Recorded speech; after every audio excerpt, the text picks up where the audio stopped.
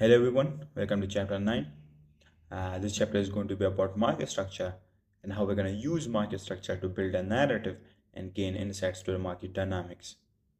Now, this is one of the most underrated concepts and it's quite overlooked by the ICT and CRT community. And in this video, I'm going to make sure to explain everything about market structure, its advantages, disadvantages, and the correct way of using it to probe and measure order flow. I'll also be giving you some important points regarding basic and advanced market structure that you need to be aware of when using it in your analysis. I'll be explaining both basic and advanced market structure and will differentiate between the two, and then I'll give you a framework for how you can correctly identify and use market structure in a proper way and manner. I'll also provide you with the time frame that you should be looking for market structure, both as an intraday trader or as a swing trader. So let's move on to the chapter. So first of all, we're going to start off with introducing what market structure is and what are its key elements and how you're going to be dealing with it, right? So the framework within which price movement occurs is called basically market structure. Now we're going to objectively define that framework and we're going to discuss how you're going to approach that framework logically. So basically, when you look at the charts and see price with a naked eye and without any annotation whatsoever, you may have conflicting ideas about it, right? And it may seem a bit ambiguous. But then as you start analyzing it with the concept that we've discussed so far in CPI, you're gonna see that it starts to make sense, and you'll then get a range to work with, right? And a framework to work with, and price would be stuck in that range and framework, right? Now for that range of framework of price, you're going to use market structure to deal with it, right? And to approach that framework properly. That particular framework of price within which market movement occur is called market structure. Moving on. Now, the key elements of basic market structure are just simple highs and lows, right? We know that the markets are made up of multiple and various types of highs and lows. And it's actually these highs and lows which makes up the whole market and defines their structure. Now there are multiple methods to approach these highs and lows, and that will define your type of market structure and your position as an analyst, right? If you approach it basically with just highs and lows and define and generate opportunities or trade idea based off of that, then that means you're using basic market structure. But if you're using advanced methods to approach those highs and lows with a more logical and slightly more objective framework, then you're going to be approaching that particular framework with a more enhanced perspective. And that means that you're using advanced market structure, right? So the basic and key elements for market structure doesn't matter whatever type of firm it is, it's just simple highs and lows or swing points. These three things are the main things that make up market structure, right? It doesn't matter whatever form or type it is, right? These three things, highs, lows, and swing points, make up market structure. Now, another thing about market structure is that it's inherently quite subjective in its core concept, right? Because highs and low can have multiple forms and they can be defined in multiple and various manners. So due to that fact, market structure can be quite subjective and ambiguous at times, right? But there are certain ways with which you can make it a bit more objective and logical around its framework, and I'm going to show you in that way. I'm going to show you that in this video. So due to the fact that market structure is inherently subjective, that's why market structure would be only be used as a confluence for pre-existing ideas or pre-existing frameworks, right? Which means you must never use it as a main basis. You should never start analyzing the charts with market structure. And that's the exact reason why I explained market structure to you later in CPI, because I didn't want you to approach it as something that could be used to define the charts and defines trade ideas predominantly, right? I didn't want you to have that perception about market structure. That's why I explained it later to you in CPI, because I want to give it to you as something that could be used as a confluence rather than as the main basis. So you should be only using market structure for previously existing ideas and frameworks, right? And only use it there as a confluence to either gain more conviction in your analysis or to assist you in your analysis, right? And you could also use it to classify different ideas in terms of their probabilities. So for example, if you've got a pre-existing idea and it's a bullish trade idea, right, and then you analyze the charts with market structure and you see that the structure is bullish, then you could classify that particular idea as a high probability idea. Whereas if you have a bullish idea or a trade idea that is in the bullish side, right, or a long trade idea, and then you analyze the charts with market structure and the market structure is actually showing you that price is bearish, then you could classify that trade idea as either an average probability trade idea or a lower probability trade idea, right? That's how you classify different ideas in terms of their probabilities with the help of market structure. So to summarize market structure and its introduction, first of all, it's a framework within which market movements occur. Secondly, its key elements are highs and lows and swing points. And last but not least, it is used as a confluence rather than a main predominant basis. Alright, let's move on to the next slide. So first of all, we're going to start off with basic market structure, right? Now, basic market structure is something that I only used in my initial stages of my journey, right? And I've stopped using it. But the reason why I'm going to explain it to you here is because it's going to build your basics and fundamentals, right, surrounding market structure. And as we move on to its advanced prototypes and protocols, you'll be able to understand those parts better and easily if you are aware of its basics, right? And it stays true for any other thing or every other field. Even though we know that we're not gonna use a basic concept or a basic theory for making money or making business decision, but we still learn them at first because we know that in order to move on to the next level and reach that next level, right, or to become more advanced and more competent, we have to first build our basics and fundamental understanding. And that's why it's necessary for you to be aware of its basics, right? Even if you think that you've learned it before, right, it will be completely worth it for you. So as I said before, the main and key elements for basic market structure are highs and lows, right? It's basically what is it made of. Second thing is that it should only be used as a confluence, right? As I said before, and not as the main basis for generating or defining trade ideas or frameworks. Third thing is that basic market structure is not that significant in its core concept inherently, but it's good to be aware of to build your subconscious biases, right, and subconscious ideas surrounding price when you're dealing with it. Now remember, I'm talking about basic market structure here, right, and not the advanced one. So remember, there's a difference between the two, and we're going to explain the advanced market structure once we go through this one right here. Moving on, in basic market structure, we've got three types of market structure, right? We've got the uptrend, the downtrend, and last but not least, we've got the range, right? Now we're gonna move on and we're gonna see how each of that structure is made up of, right? And what is the combination of each of that structure, and what is the combination of highs and lows, right? Some of you might be aware of it, but it's good to revise. So let's move on. So right here we've got an uptrend, right? There are multiple names to it. You can call it a bullish trend, a bull trend, or anything you want, right?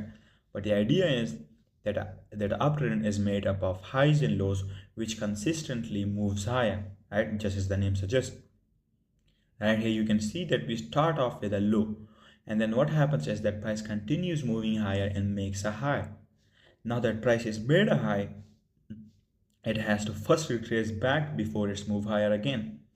So when it forms this retracement right here and then it ends it, that retracement forms a higher low, meaning a low that is higher than the previous low, as you can see, right? That is how we define a bullish market structure in an uptrend. Similarly, when price keeps moving higher again, it eventually makes or forms or produces another high, which is higher than the previous high, price had made earlier, which is why we call this type of high as a higher high. And that framework continues and price keep making these higher highs and higher lows until a higher time frame objective or drawn liquidity is met, right? This is how we define an uptrend in its core concept, right? This is just basic knowledge. Now let's move on and define the second structure, which is a downtrend. So a downtrend or a bearish market structure starts with a high, and then what happens is that price moves lower and makes a low. Then after that low, we have a pullback or a retracement, right? Before we can continue moving lower again, right? That retracement, right, after price makes a low, forms another high, which is lower than the previous high, which is why we call this type of high a lower high. This lower high represents that the structure is bearish, right? Similarly, we form another low which is lower than the low it previously formed, which is why we call this particular low a lower low. And then price continues that framework of this bearish market structure. This is what we call a downtrend. Moving on. And again, last but not least, we've got a range, which is another type of market structure, and it's a bit more advanced and has much more details. But the core concept is that when price forms two significant points, right, in the form of a high and a low, and then price is stuck between that high and low, and it isn't able to break above or below that high and low, right, or those swing points, and it doesn't show any signs of a trend or momentum, that type of structure is what we deem as a range, right? Now range has a lot of more details and there are different intricacies to it and how you could trade it, right? And I'm going to be making a separate chapter on it too, discussing everything about range, right? And how does it look and how it works on a basic and minor level, and how you could approach it on a much more advanced level and how you can trade it, right? I'm going to be making a separate chapter on it in later levels of CPI. So yeah, okay. So moving on, now that we've discussed basic market structure, we're going to move on to advanced market structure, and that is going to be our predominant focus in this chapter. I'm going to be showing you how is it an advanced version of structure and how you're going to be using its detail and intricacies to deal with price in different situations. So this type of market structure provides a more refined and accurate perspective of price and how you're going to be approaching it. This type of market structure or advanced market structure considers breaking and rejecting of highs and lows. Now we're going to discuss what each of them means in just a minute, but that's what it's specifically based around, right? Breaking of highs and lows and the rejecting or rejection of highs and lows.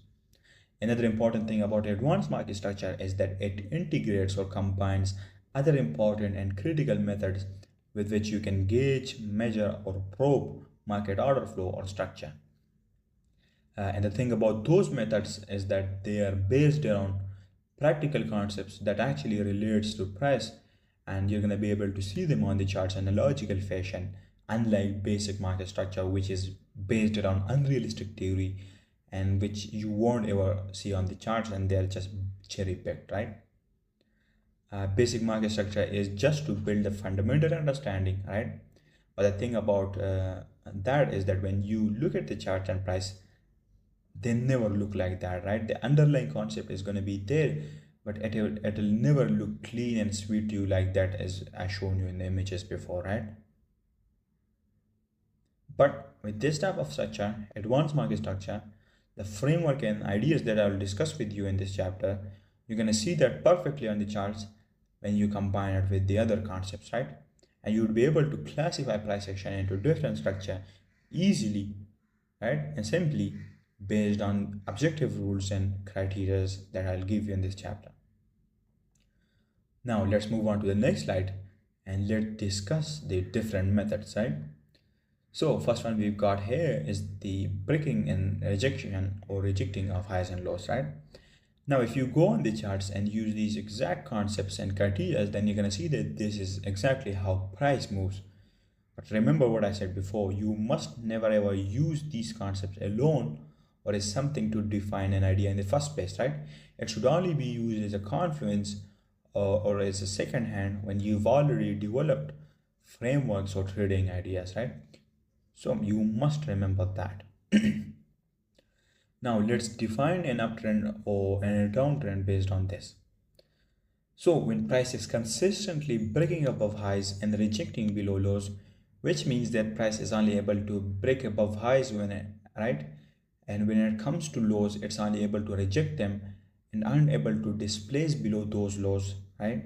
Then this type of structure is what we deem as an uptrend. And this right here is refined and as close to real structure as it gets, right? It's the most refined definition for an uptrend or a bullish market structure that I could find. Now, by breaking above highs, I mean that price is consistently closing above highs and is and having proper displacement and expansions above highs, right? And it is consistently making higher highs, right? Which defines a bullish market structure. And by rejecting or rejection of lows, I don't mean that it's not able to close below it or price isn't able to go below it, right? It definitely can, and it does oftentimes in this type of structure. But what happens is that these closes, right, or these moves below these lows are often faded, and price reacts from there and goes higher immediately. And the reason why it does and it forms these rejection below lows is to manipulate traders into thinking that the structure is shifted when in reality it hasn't, and the only thing that it's doing is rejecting or rejection below these lows, right, to take out liquidity. Rejection could also come in the form of price closing below too, but then what happens is that price immediately goes above without staying there for a large amount of time. That's what we call rejecting below lows or rejection of lows, right? Similarly, for a downtrend, it's classified when price is consistently breaking below lows and rejecting above highs, meaning it's unable to go or have a displacement or expansion above highs, which is what we call rejecting above highs, and predominantly it's only able to expand lower below lows by breaking them and closing below them, right? This is how we classify a bearish market structure: breaking below lows and rejecting above highs. Now let's move on to the next slide and see how each one of them would look. So right here we've got an uptrend or a bullish trend, which means that our drawn liquidity is higher, or that we've done our analysis and everything, and we know that our objective is to move higher to reach the drawn liquidity which is higher, basically, right? So right here you can see that we've got these highs and lows right here, right? And what you can see in this price action is that the price is in a bullish trend, and it's pretty obvious because it's making consistent higher highs and it's breaking above old highs to make new highs, right? But if you zoom into this price action right here, then you'd see that price actually went below this low right here, and maybe it even closed below this low, right? Now, if you were looking at this price action with a typical or basic market structure, then you wouldn't, then you would have inaccurately and wrongly classified this as a change in structure, right? But because you're using advanced structure and you're using logical framework, you know that this move below this low is just to manipulate retail traders, and this is just a rejection below this low, right, to rebalance the whole range. And you would know that it's pretty common for uptrends. So with this in mind, you wouldn't have gotten scared by this reaction, but instead you would have approached it and traded it, because you know that this is just a counter reaction to take out retail traders or take out liquidity. Whereas we are looking at it, right, take out liquidity, right? That's how you look at this price action with a refined perspective, and you're gonna approach it with a logical perspective, right? This is what we call rejection of lows. This is exactly what happened even here. We got below this low, but eventually we expanded above to break the high to make a new high called higher high, and we continue that trend towards return liquidity. So you can see right here, this is how price moves in a bullish trend. It reject below lows and it break above highs, right? If you go on and practice this exact thought process, then you'd see that more often than not, this is exactly how price generally moves. Now let's move on and see how does a bearish trend looks. Again, right here you can see that the drawn liquidity or the higher time frame objective is lower, right? And what happens is that price starts this journey and start making these highs and lows. But the reaction to these highs and lows aren't typical, right? You can see that price is moving logically by breaking below lows consistently. But not only that, price is also taking out counter liquidity in the form of rejecting above highs and manipulating out retail or basic traders, right?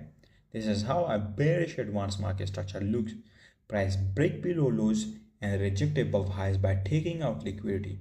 This rejection could come even in the form of closing above it. But what happens is that price isn't able to stay there for a long amount of times, and that rejection is short-lived. This is how we classify a rejection, right?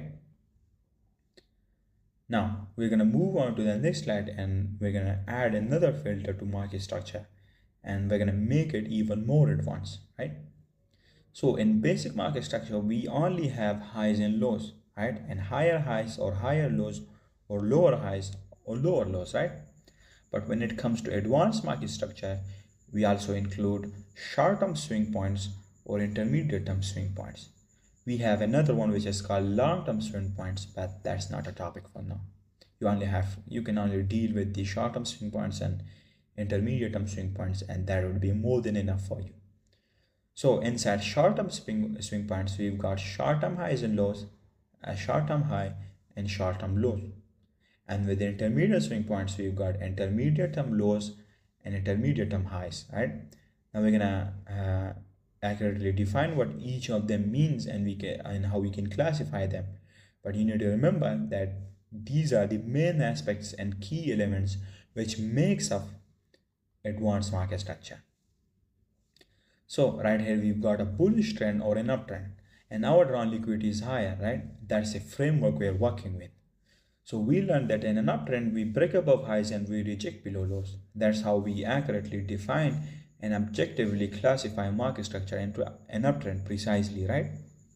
So what you need to know is that that each high and low price forms will be called or classified as a short-term high or a short-term low. It doesn't matter whatever high or low is it, every single high or low that price forms will be considered a short-term high or either a short-term low, right?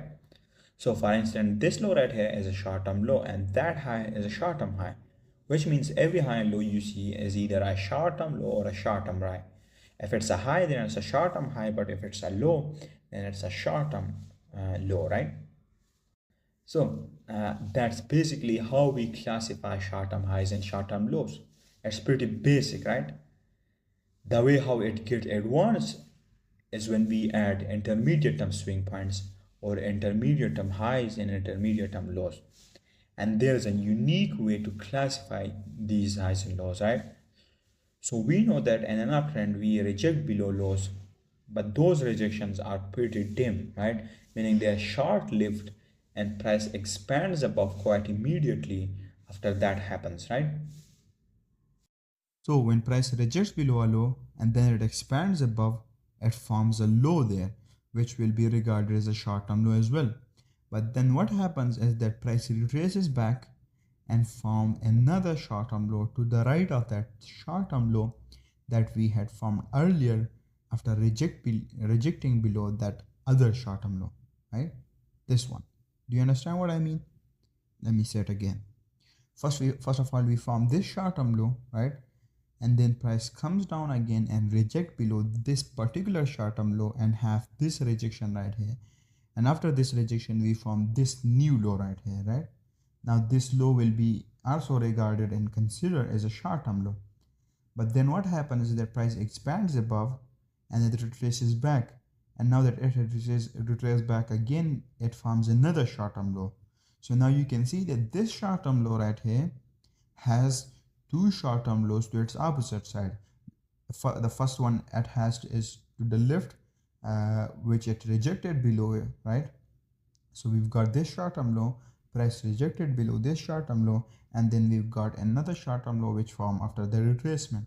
So due to this low will now be regarded as an intermediate term low, right? you can see it to the opposite side of this short-term low that we formed after this rejection. We've got two short-term lows, and now this short-term low is going to be classified as an intermediate-term low because it's a unique one. First of all, it formed after a rejection below a low, below this low, and second of all, we've got not one but two short-term lows to its opposite side, right? One to its left and one to its right. So for that reason, this low would be regarded as an intermediate term low, right? Now, the unique and important thing about this intermediate term low is that this low is what we also call a protected low. You may have heard me or Romeo talk about protected lows in high, right? And you might have second guessed yourself wondering what the fuck we are actually talking about, right? And if you didn't know the answer, then this right here is exactly the answer to that and how we classify protected highs and lows, right? A protected low or an intermediate term low or a protected high or intermediate term high are basically swing points which forms after rejection below highs and lows, right? And either bullish trend or bearish trend, right? And they've got two short-term highs and lows to its opposite side, right? And that is why we call these type of short-term highs and lows intermediate term lows or highs, right? And right here you can see that this protected low which formed after the rejection below this low and this bullish trend, right? And now we've got two short-term lows to its opposite sides, and that is why we consider this particular low as an intermediate term low. And this is the exact low, right, that could be used for two main purposes. It could be used for placing your stop loss, and it can even be used for invalidation areas, meaning areas where your idea or potential idea is invalidated, right? And you're going to ditch that idea if price goes below that low because now price is showing you weak signs, right? This is how we classify short-term highs and lows and intermediate-term highs and lows, right? Another thing about this is that rejection below lows in an uptrend only occurs below short-term lows and never below intermediate-term lows, because intermediate-term lows are always protected and you'd never see price go below an intermediate-term low in an uptrend. It is only able to go below a short-term low, right? These are some of the important points regarding short-term swing points and intermediate-term swing points. Similarly, if you are looking for liquidity to be taken out and you want to see where could the turtle soup occur, or the purge of the liquidity or rejection of the lows occur, then for that you should be looking for short-term lows and not intermediate-term lows, right? Remember that. Last but not least, you can see the price breaks above highs in a typical fashion and continues the uptrend. Now let's move on and let's define intermediate term highs and short-term highs and short-term lows in a downtrend. So right here again you can see that price is consistently breaking below lows and rejecting above highs and is moving towards the higher time frame objective or drawn liquidity. We know that each of these highs and lows are basically classified as short-term highs and lows without any confusions or doubts whatsoever, right? Now the way how we classify an intermediate term high is through the following manner.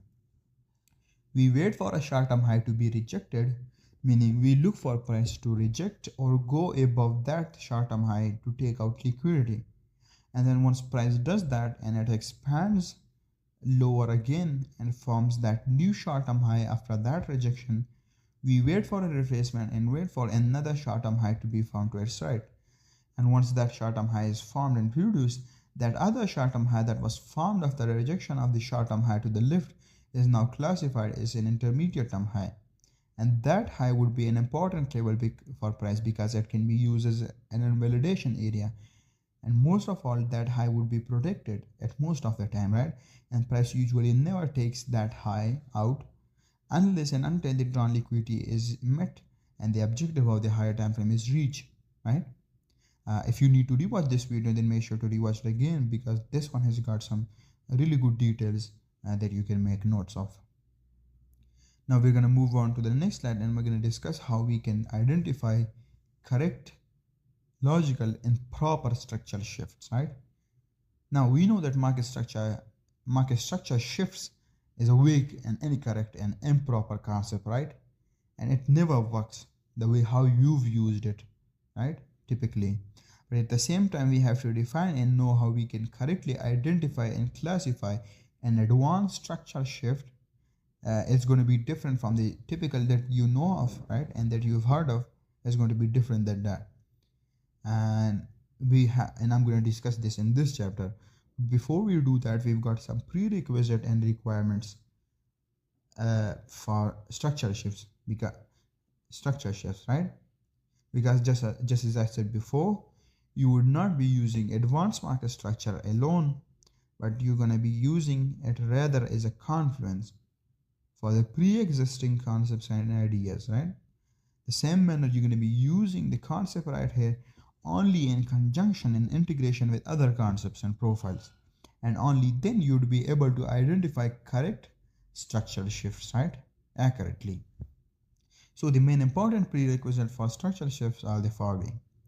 First of all, you need to be in line and in sync with the higher time frame drawn liquidity, and you must never trade against it, right? That's what you need to remember first of all. Another thing is that you would only be classifying and defining and finding structural shifts only if they occur at a higher time frame key levels, right? Write that down. If they haven't been formed at a key level and a higher time frame key level, then fuck it. Don't classify that as a correct one, because a higher time frame key level is a must for this concept right here. Similarly, the most accurate, precise, and significant shifts and changes occur during key times in macro. For example, they occur during important days or during kill zones, right? So this is also an aspect you could add to your arsenal when looking for shifts at key times at higher time frame key levels, right? And only in the direction of the higher time frame drawn liquidity. These are the prerequisites that must be followed, otherwise you'll be inaccurate and imprecise. Now moving on to the next slide, let's discuss how we can confirm a bearish structure shift while using all of the concepts in conjunction with the advanced market structure. So what you're going to look for is you're going to wait for the low that breaks the high and leads price to a test a key level to be broken. And once that particular low is broken, the structure changes and it shifts to bearish. Now again, this only stands true if price tests a higher time frame key level and then the next higher time frame objective or drawn liquidity is lower, right? And the shift happens at a key time. When the low that breaks the high gets broken, it's result in a correct structural shift. And let's see how it would look. So right here you can see that first of all we are on a bullish trend, meaning we are breaking above highs and rejecting below lows. And then what happens is that this low right here breaks above this high, and not only that, but it also tests a higher time frame key level. So now if the higher time frame objective has been met and you're looking for a structural shift, then the way how you'll anticipate that is by waiting for this low to be broken and closed below. The reason I chose this particular low is because this was the exact low that broke this high, and this exact low led price to test a key level, a higher time frame key level, which means this is the significant low, and when it's broken below, structure will change. And you can see price came down below, broke below it, and after that point right here, we've shifted the structure to bearish. Again, right here you can see the same framework. When a bullish trend, and then right here this low breaks above these highs and also test a key level after this low. So this is a significant low for us, which we'll look for to be broken to anticipate a structural shift towards the bearish side or downside, right? And after this exact particular low is broken, it will result in a downtrend, right? This is how we identify or classify a correct structural shift. Now moving on, here we'll discuss how we're going to confirm a bullish structural shift, right? Again, will you be using the same logical framework but in the opposite direction? The whole core concept remains the same, right? When a high that breaks a low and leads price to test a key level is broken, that structure changes and shifts to bullish. Let's look at it right here. So again, price is in a downtrend because it's breaking lows and rejecting highs. And then right here, it tests a key level, and this key level is tested with this swing high, this swing or expansion right here. And this swing originates from this high, and this high not only let price to test a key level, but also broke this low right here. So that means this has a significant key level, and when this has broken up, a structural shift will occur, and structure will be changed and it will shift to bullish. So let's look at some examples right here. So this is the first example we've got. Right here you can see that the drawn liquidity is higher, which is this range high right here. We started this bullish trend right from here when price tested this key level, and you can see we are moving higher in a fashion where price is repeatedly breaking above highs and is only able to reject below lows. This classifies this structure as an uptrend or bullish market structure. You can see this low is rejected right here, and immediately price expands above. You can see that all of these rejection below these lows are short-lived, and price isn't able to stay below them because the structure is bullish. This is how rejection below low looks. You can see that right here price even closed below it, but it doesn't mean it broke it, right? It broke below this low, because breaking low is when price displays lower and expands with a big bulky candle, and not only that, it also continues going lower and isn't short-lived. But in this case right here, you can see that even though price closed below it, it immediately went above and expanded higher, and that closing below that low was short-lived and price did not stay there for a while. This is what we call a rejection below a low. Rejection below low can also look like this, where price just wick below lows instead of closing below them, right?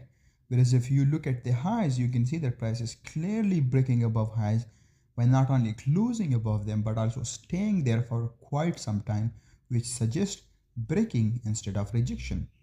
And rejection below lows or above highs, the price can close, but it then reverses immediately. But in case of breaking, it not only closes, but also at the same time it stays there for a while, which suggests breaking of highs or lows, right? This is how you classify rejecting and breaking of highs and lows. This isn't subjected to just closing of candles, but also how much time does price stay there for, right? You have to comparatively weigh them both, and you're going to see that if the structure is bullish, then when price closes below lows, it only stays there for a while, for short term, for short amount of time, and then it expands and reverses immediately. Whereas in terms of when it comes to highs, it closes above those highs, and not only that, but it also displays above those highs and stay there for a while, which suggests that the high have been broken instead of rejected, right? Moving on, right here you can see that as soon as price took out this low, it started this bullish trend towards the higher time frame drawn liquidity, which is high. You can see that price is clearly rejecting lows and breaking above highs, which suggests an uptrend and a bullish momentum. A strong uptrend is where price is not only consistently breaking highs but also rejecting lows, just as shown right here. Right here you can see an example of a downtrend or a bearish advanced market structure. Price is consistently rejecting highs and breaking below lows, which suggests a bearish momentum, and price is maintaining that bearish structure until and unless a higher time frame drawn liquidity is reached. In that case, the structure would be shifted, right? Here is an example of a bullish structure shift and how you can correctly identify it, right? You can see right here that this high or this short-term high led to price taking out this low or short-term low, and not only that, but with that, but with this swing, price also tested a higher time frame key level. So you can see that this short-term high right here is a significant high or short-term high, and we would look for it to be broken, which will confirm that now a bullish structure shift has occurred and a bullish structure has started and the trend has shifted to an uptrend, right? Another thing you can also see right here is that this low right here is an intermediate term low. This can also be classified as a long-term low because it tested a higher time frame key level, but you can just classify it as a intermediate term low. And the reason for it being an intermediate term low is because it has two short-term lows to its opposite side, one to its left and one to its right, and then this intermediate low is protected, which means the only reason price is going to start the uptrend and the uptrend is going to stay intact and it is going to continue if this low is protected and price doesn't break or reject below it. And you can see it stays protected and price starts its journey higher towards the drawn liquidity in a fashion where it's rejecting below only short-term lows and the intermediate term lows are protected and it's breaking above highs, right? Here is an example of a bearish structural shift. This exact low or short-term low led price to taking out this high, and not only that, but this also, this low also originated this swing, which tested a higher time frame key level, right? So based on these two criteria, this is a significant low. And if price breaks below this low, the structure would be changed to bearish. Once price breaks below it, the structure shifts to bearish, right? Because this low follows two criteria. First of all, it broke above a high, and second of all, it originated a swing which led price to testing a higher time frame key level. So this means that this low is significant, and if price breaks below this low, the structure would be changed to bearish. Here is another example of a bullish structural shift, right? This high broke this low and tested a key level. So you can see this high follows the two criteria for a bullish structural shift. First of all, it broke below this low, but not only that, it also tested a key level. So that means this high is significant. And when price closes above this high, the structure will be changed to bullish and we will start an uptrend. And you can see right here that price closed above here, the structure changed, and then price continued that uptrend by rejecting lows and breaking above highs. You can see it right here. You can also see that this, you can also see the intermediate term low and the short term lows right here. It's a homework for you to tell me why is this low an intermediate term low and what classify it as an intermediate term low, right? This is a homework for you and you have to tell me that. Let's move on to the next slide and let's discuss some important points regarding advanced market structure. First of all, again, as I said before, it's used as a conference. I've said that multiple times and I'm going to say it again because I don't want you to use it alone, but instead you should use it in conjunction with the other concepts, right? It must never be used as the main basis, which means you should never start analyzing price right away with this, right? But instead you should only use it later once you've already established and built a narrative and you want to gain conviction in that narrative or that framework or that trade idea, right? It's used to gain a refined perspective into the structural aspect of the charts and prices, right? Last but not least, you're only going to use the advanced market structure in methods that I've shown you throughout the chapter instead of the basic ones because those ones don't work. The only ones that work and that work accurately is the advanced market structure that I've shared with you throughout the chapter. Last point about market structure is that you should only be using it for your higher time frame. Now it's up to you what is your higher time frame based on your time frame selection and time frame element, but you need to remember only higher time frame, right? As I'm an intraday trader, that's why I only use it for the 4-hour time frame. Similarly, if you are a swing trader, then you should only use it on the daily or the weekly time frame depending upon your time frame element and time frame selection, right? You should never use it for your lower time frames or intermediate time frames, but only for your higher time frames, because then that create confusion and noise and create just useless or worthless distraction for you, right? So only use it for your higher time frame.